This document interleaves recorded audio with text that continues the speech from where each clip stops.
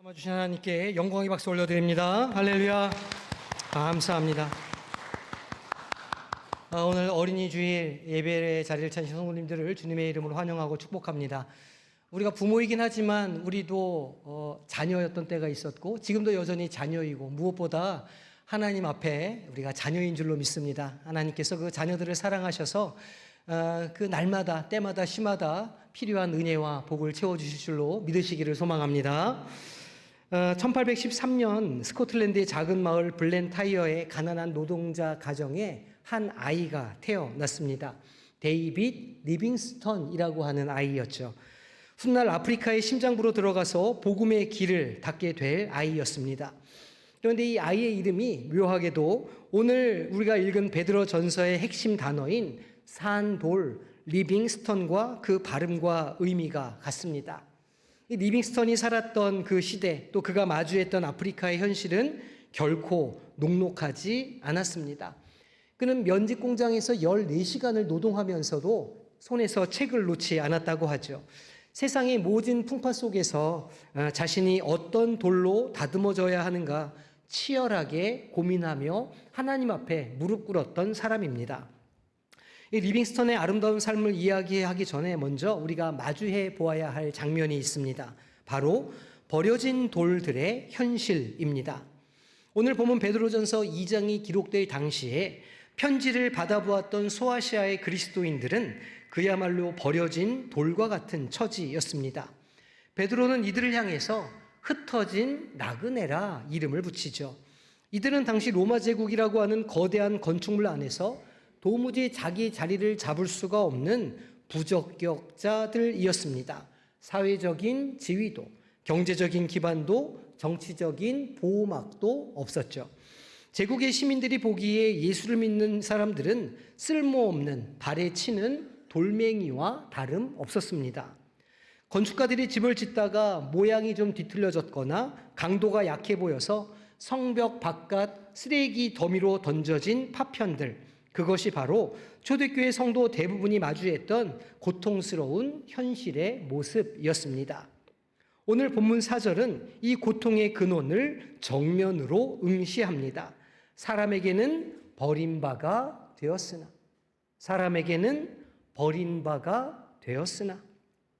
이 짧은 구절 안에는 거절의 상처들이 압축되어 있습니다. 여기서 버렸다라고 해당하는 말의 헬라어는 아포도키마조라고 하는 말인데 이 말의 뜻은 단순히 버렸다, 잃어버렸다 이런 뜻이 아닙니다.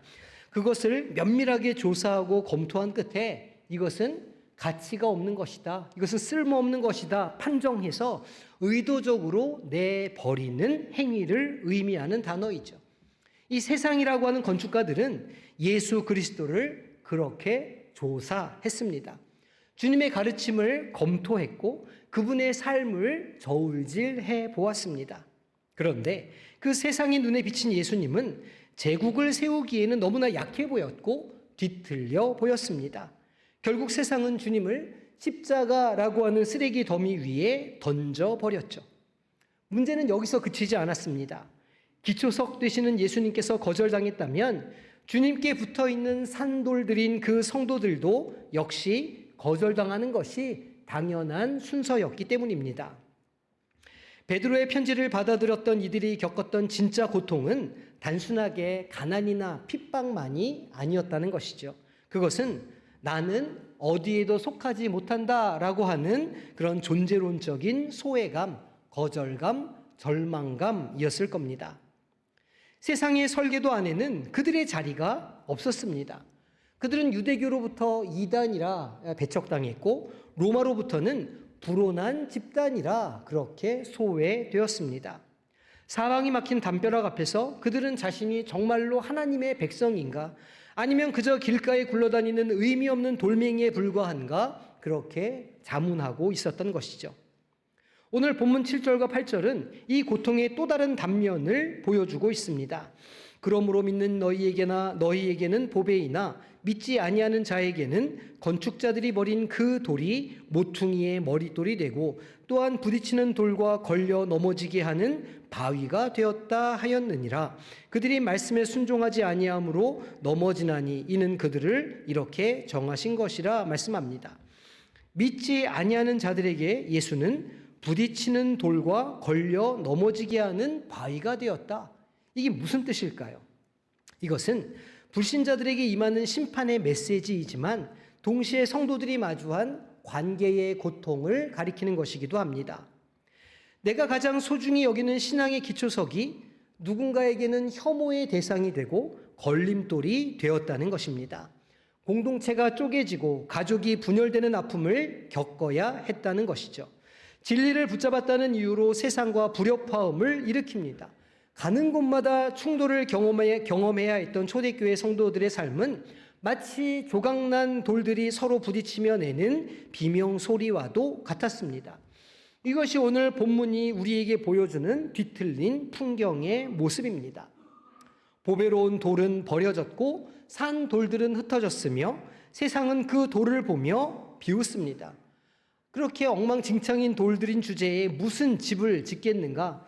쓸모없는 조각들이 모여서 과연 무엇을 할 수 있겠는가 하고 말이죠. 이 조롱 앞에서 성도들은 각자 고립된 채 차가운 땅바닥에 굴러다니고 있었다는 것입니다. 유기적인 생명력은커녕 당장 내일의 생존을 걱정해야 하는 죽은 돌과 같은 절망을 느끼는 것, 그것이 바로 오늘 본문이 우리에게 보여주고 있는 우리의 현실입니다. 어린이 주일인 오늘 이 본문은 우리의 마음을 더 무겁게 합니다. 왜냐하면 우리의 자녀들이 살아가야 할 세상 역시 우리의 아이들을 끊임없이 쓸모와 가치의 잣대로 조사하고 기준에 맞지 않으면 가차없이 버려진 돌로 취급하는 냉혹한 곳이기 때문이죠. 본문 속 성도들이 느꼈던 그 막막한 소외감과 거절의 공포는 2000년의 시간을 넘어서서 오늘 우리의 자녀들의 교실과 학원 그리고 장차 마주할 일터의 풍경 속에서도 여전히 반복되고 있습니다. 우리는 이 거절당하는 돌들의 고통과 상처를 어떻게 받아들이고 해결할 수 있겠습니까? 성경 속의 건축가들이 예수님을 버린 돌로 판정하는 것처럼 오늘 우리 사회의 거대한 시스템 역시 우리와 우리 자녀들을 끊임없이 효용가치라고 하는 잣대로 검사하고 분류하고 달아봅니다. 이 과정에서 발생하는 고통은 단순히 경제적인 어려움만은 아니죠. 우리 모두를 유기적인 생명력을 잃은 죽은 돌로 전락시킨다는 점에 그 심각성이 있습니다. 우리가 사는 세상을 채석장에 비유해 보시기 바랍니다. 이곳의 모든 돌들은 다른 돌들과 연결되기 위해 존재하는 것이 아니라 다른 돌보다 더 매끄럽게 연마되고 더 아름다운 빛을 내어서 선택받기 위해 존재합니다. 어린이 주일을 맞이한 우리 자녀들의 현실이 그렇죠. 아이들은 태어난 순간부터 산돌이라고 하는 생명력보다는 사회라고 하는 욕망의 피라미드에 적합한 규격화된 벽돌이 되기를 강요받습니다. 학교는 배움의 즐거움, 교우들과의 사랑을 나누는 곳이 아니라 옆에 하는 친구를 내가 딛고 올라서야 할 디딤돌로 여기고 아니면 나를 가로막는 걸림돌로 여기게 만드는 경쟁의 현장으로 전락해 버렸습니다. 이런 무한 경쟁 사회는 우리 자녀들의 영혼을 죽은 돌로 만들어 갑니다. 생명력이 있는 돌은 다른 돌과 맞물려 무게를 나누고 온기를 전하겠지만 죽은 돌은 오로지 자신의 단단함과 아름다움만을 증명하고자 합니다. 공동체적 관점, 공공신학의 관점에서 볼 때 이것은 사회적 기초가 무너지고 있다는 것을 의미하는 것입니다. 신앙이 이토록 개인의 성공과 위로에만 매몰된다면 교회 안에서 우리와 우리 자녀들이 보석처럼 보일지는 모르겠지만 세상으로 나가는 순간 타인의 길을 막아서는 거치는 돌이 될 수도 있습니다. 내 자녀의 성적과 성공을 위해서라면 다른 아이의 좌절쯤은 기회 비용으로 여기는 태도가 우리 가운데 있다는 것입니다. 이것이 바로 베드로가 경고하는 부딪히는 돌의 현대적인 변형입니다. 더 나아가 우리 사회의 공적 영역에서 발생하는 수많은 비극과 갈등의 배후에는 이러한 죽은 돌의 가치관이 새겨져 있습니다. 공공의 선을 위해 자신을 내어주는 모퉁이 돌의 정신이 사라진 자리에는 각자의 이익만을 고집하는 날카로운 파편들만 가득합니다. 정치, 경제, 교육의 현장에서 우리는 서로를 향해 던지는 투석전의 돌멩이가 되어서 서로에게 상처를 입히게 될 뿐이죠. 나만 안전하면 된다고 하는 이기심, 내 집단의 이익만이 정의라고 하는 독단은 사회라고 하는 거대한 건물을 떠받치는 것이 아니라 도리어 그 기초를 무너뜨리는 부식한 돌이 되어서 공동체를 무너뜨리게 됩니다. 특히 우리 기독교인 부모들이 경계해야 할 것은 신앙조차 차별화된 스펙으로 소비하려고 하는 그런 경향입니다. 하나님, 우리 아이를 머리가 되게 하시고 꼬리가 되지 않게 하옵소서라는 기도를 우리는 종종 합니다. 그런데 이 기도가 혹여나 우리 아이가 남들보다 우월한 위치에서 그들을 지배하게 해달라고 하는 욕망의 투영은 아니었는지 돌아보아야 합니다. 만약 우리 자녀가 세상에서 높은 자리에 올랐음에도 불구하고 그 발 아래 깔려있는 이웃들의 신음소리를 듣지 못한다면 자녀는 하나님이 쓰시는 산돌이 아니라 세상을 넘어뜨리는 가장 위험한 거치는 돌이 될 것이기 때문입니다. 이것이 우리 사회 그리스도인들의 참담한 풍경입니다. 우리는 우리의 자녀들을 화려하고 아름다운 수석으로 만들고자 애씁니다. 하지만 우리의 자녀들이 누군가의 눈물을 닦아주고 무너진 곳을 보수하는 건축재가 되는 법은 가르치려고 하지 않습니다. 그 결과 세상은 점점 더 화려한 돌들로 넘쳐나지만 정작 사람이 들어가 쉴 수 있는 따뜻한 건물은 사라져 가고 있는 것이죠. 외로움과 우울, 혐오와 차별이라고 하는 그 아픔만이 우리 이 사회 가운데 가득 차 있습니다. 오늘 본문은 우리에게 묻습니다. 우리의 신앙은 우리가 살고 있는 세상을 더 안전하고 아름답게 만드는 것인가? 아니면 타인의 삶까지 막아버리는 높은 담장과 차별의 바리케이트를 치고 있는가 하고 말이죠. 우리가 이 질문에 답하지 못한 채 아이들을 축복한다면 그것은 축복이 아니라 아이들을 더 깊은 경쟁의 수렁으로 밀어넣는 일이 될 뿐입니다. 이제 우리는 어떻게 하면 우리 자녀들이 다시 살아있는 돌로 숨쉴 수 있을지에 대해서 고민해 보아야 합니다. 무한 경쟁, 각자 도생의 시대에 버려진 자들의 모퉁이 돌이 되셨던 예수 그리스도의 이야기 안으로 들어가지 않는 한 우리는 영원히 서로를 때리고 찌르는 돌멩이로 남게 될 뿐입니다. 이 탄식과 위기 속에서 이제 말씀이 주는 놀라운 반전의 이야기를 들어보겠습니다. 버려진 돌을 머릿돌로 삼으시는 하나님의 거룩한 역전의 이야기입니다. 베드로전서 2장 4절부터 10절까지 흐르는 말씀의 이 흐름을 보면 거절과 심판의 언어가 선택과 영광의 언어로 급격하게 변하는 것을 보게 됩니다. 이 반전의 중심에는 바로 부활하신 예수 그리스도, 즉 산돌이 있습니다. 먼저 우리가 주목해 보아야 할 복음의 이야기는 하나님께서 그 돌들을 좀 다르게 보신다는 것입니다. 세상의 건축가들은 자기 집을 짓기 위해 돌을 고르고 버렸습니다. 그러나 하늘의 건축가 되신 하나님께서는 세상이 쓰레기 더미로 던져버린 그 돌, 즉 십자가의 죽임을 당하신 예수님을 가져다가 보배로운 모퉁이 돌로 삼으셨다 선포합니다. 이것이 바로 기독교가 선포하는 부활의 이야기이죠. 세상이 끝났다고 말하고 무덤이라고 하는 돌문으로 봉인해버린 그 자리에서 하나님은 생명의 호흡을 불어넣으시고 가장 견고하고 아름다운 집의 기초를 놓으셨다는 것입니다. 예수님이 산돌이 되셨다는 것은 단지 주님이 살아나셨다는 생물학적 사실만을 의미하지 않습니다. 이것은 이제 주님께서 다른 죽은 돌들에게 생명을 공급하는 근원이 되셨다는 선포이기도 합니다. 4절은 우리가 주님께 나아가야 함을 강조합니다. 사람에게는 버림바가 되었으나 하나님께는 택하심을 입은 보배로운 산돌이신 예수께 나아가. 우리가 주님께 나아갈 때 우리 역시도 단순하게 굴러다니는 돌멩이가 아니라 주님과 같은 성질을 가진 산돌들로 변화된다는 것입니다. 복음은 우리에게 말합니다. 우리는 더 이상 버려진 돌이 아니다. 우리는 하나님의 성전을 짓기 위해 특별히 선택된 살아있는 조각들이다. 여기서 베드로는 놀라운 유기의 연합의 신비를 설명합니다. 5절에 따르면 산돌이 된 성도들은 제각각 흩어져 있는 것이 아니라 신령한 집으로 세워지고 있습니다. 너희도 산돌같이 신령한 집으로 세워지고. 이것이 세상의 피라미드와 같은 건축과 하나님 나라 성전 건축의 결정적인 차이라 할 수 있습니다. 세상의 건축은 아랫돌을 짓눌러 윗돌을 세우지만 하나님 나라의 건축은 산 돌들이 서로의 무게를 지탱하며 서로 연결됩니다. 모퉁이 돌 대신 그리스도가 모든 돌의 기준이 되고 방향이 되어 주시기에 세상에서 상처받고 깨진 돌들이라 할지라도 주님께 접붙여지기만 하면 성전의 소중한 일부로 자라난다는 것입니다. 복음은 우리에게 완벽한 돌이 되어라 말하지 않습니다.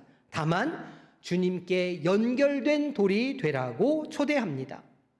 오늘 본문 9절은 복음의 정점을 보여줍니다.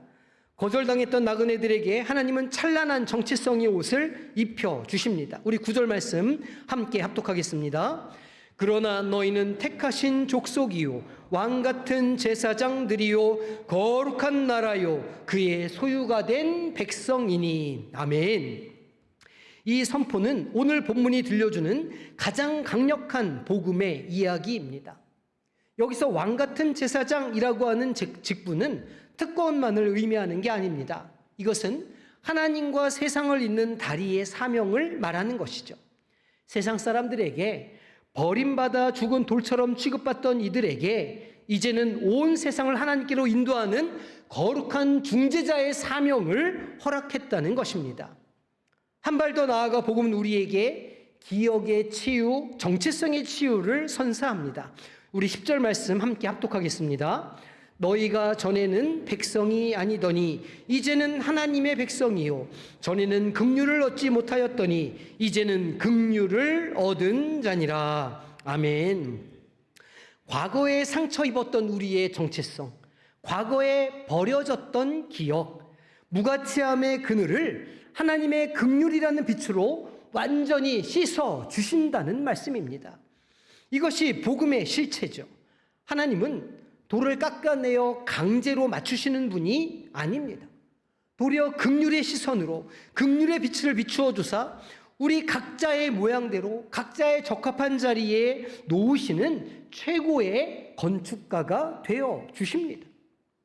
이 복음은 어린이 주일을 지나는 우리에게 큰 위로를 전해줍니다.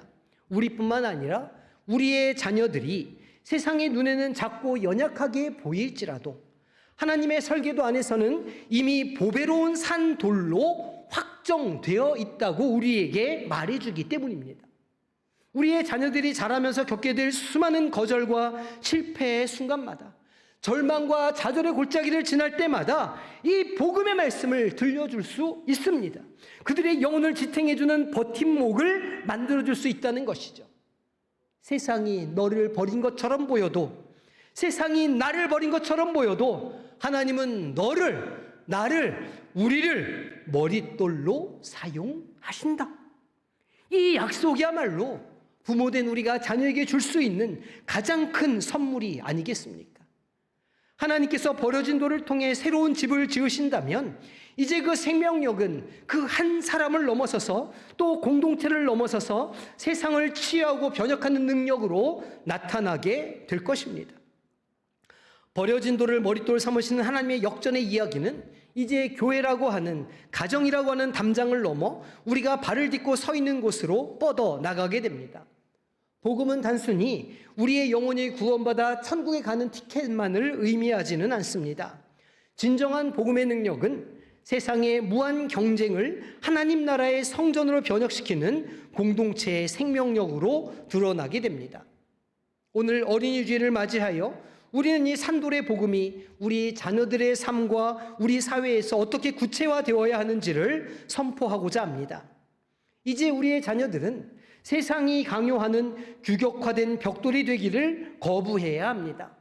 복음 안에서 자신의 보배로운 가치를 발견한 우리의 아이들은 이제 남을 짓밟고 올라가는 걸림돌이 아니라 누군가가 딛고 일어설 수 있는 디딤돌로 살아가야 합니다.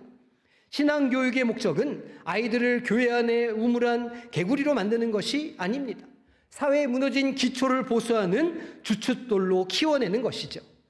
우리 아이들이 학교에서 성적 때문에 소외된 친구들, 또 여러 가지 문제로 아파하는 친구들의 손을 먼저 잡아줄 줄 알 때 그 아이는 그 교실이라고 하는 건물을 지탱하는 가장 아름다운 주춧돌이 될 것입니다. 훗날 우리의 자녀들이 법조인이 되고 경제인이 되고 예술가가 되었을 때 자신의 실력을 사적 욕망을 위해 쓰는 것이 아니라 민족과 열방을 위해 내어놓을 수 있다면 그것이 바로 세상을 치유하는 공적인 산돌의 사명이 되는 것이죠. 또 이 복음은 우리 부모들과 기독교 공동체에게도 엄중한 사명을 부여합니다.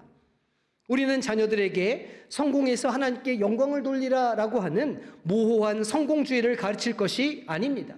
내가 서 있는 그 자리에서 자비와 긍휼의 기초석이 되라라고 가르쳐야 하죠. 우리 사회의 갈등을 해결하는 열쇠는 더 강하고 단단한 죽은 돌이 되는 것이 아니기 때문입니다. 그리스도께부터 유기적으로 연결되는 산돌의 모습에 구원의 희망이 있습니다. 나 혼자만의 구원이 아니라 이웃의 아픔과 사회의 부조리에 공감하며 함께 지어져가는 공감과 환대의 건축술이 필요합니다. 정직하게 세금을 내고 약자의 권리를 옹호하며 창조 세계의 보전을 위해 불편함을 기꺼이 감수할 때 우리는 이 깨어진 세상 속에서 하나님의 거룩한 성전을 세워가는 왕 같은 제사장의 직무를 감당하게 될 것입니다.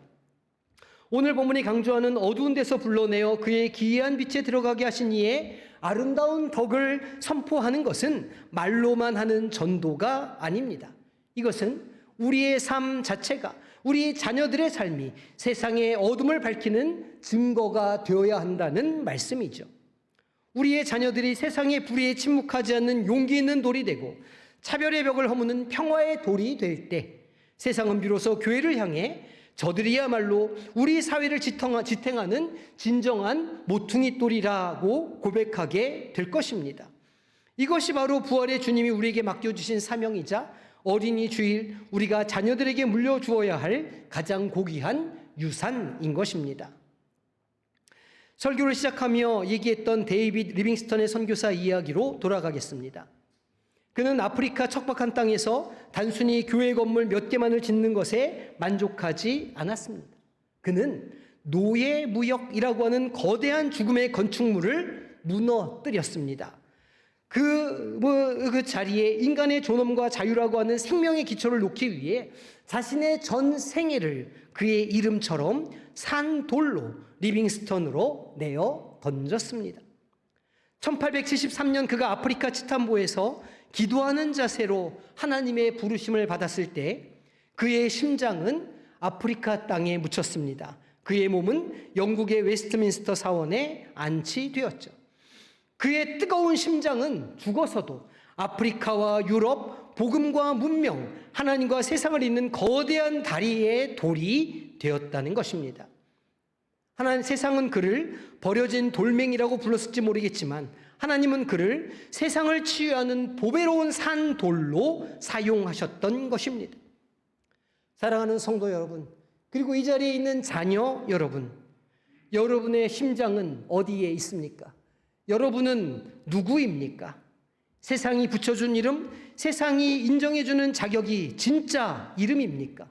아닙니다. 우리의 진짜 이름, 우리의 진짜 정체성은 하나님의 설계도에 있는, 하나님의 말씀에 있는 리빙스턴, 산, 돌인 줄로 믿습니다. 이제 우리는 이 말씀을 붙잡고 파송됩니다. 가정으로, 학교로, 직장으로, 그리고 갈등과 눈물이 가득한 이 사회의 현장으로 나아가게 될 것입니다. 그곳에서 누군가를 넘어뜨리고 상처를 주는 걸림돌이 아니라 누군가를 일으켜 세우는 디딤돌이 되어 주시기를 바랍니다. 부활하신 예수 그리스도라고 하는 튼튼한 기초 위에 우리 자녀들의 삶을 정직과 사랑으로 쌓아 가십시다. 우리가 서로 연결되어 아름다운 덕을 선포할 때 이 땅의 모든 어둠은 물러가고 하나님의 영광이 가득한 신령한 집으로 완성되어져 갈 것입니다. 우리의 자녀를 세상의 모퉁이 돌로 부르시는 하나님의 놀라운 은혜가 오늘 우리의 모든 가정과 심령 가운데 충만하게 임하시기를 주님의 이름으로 축원합니다.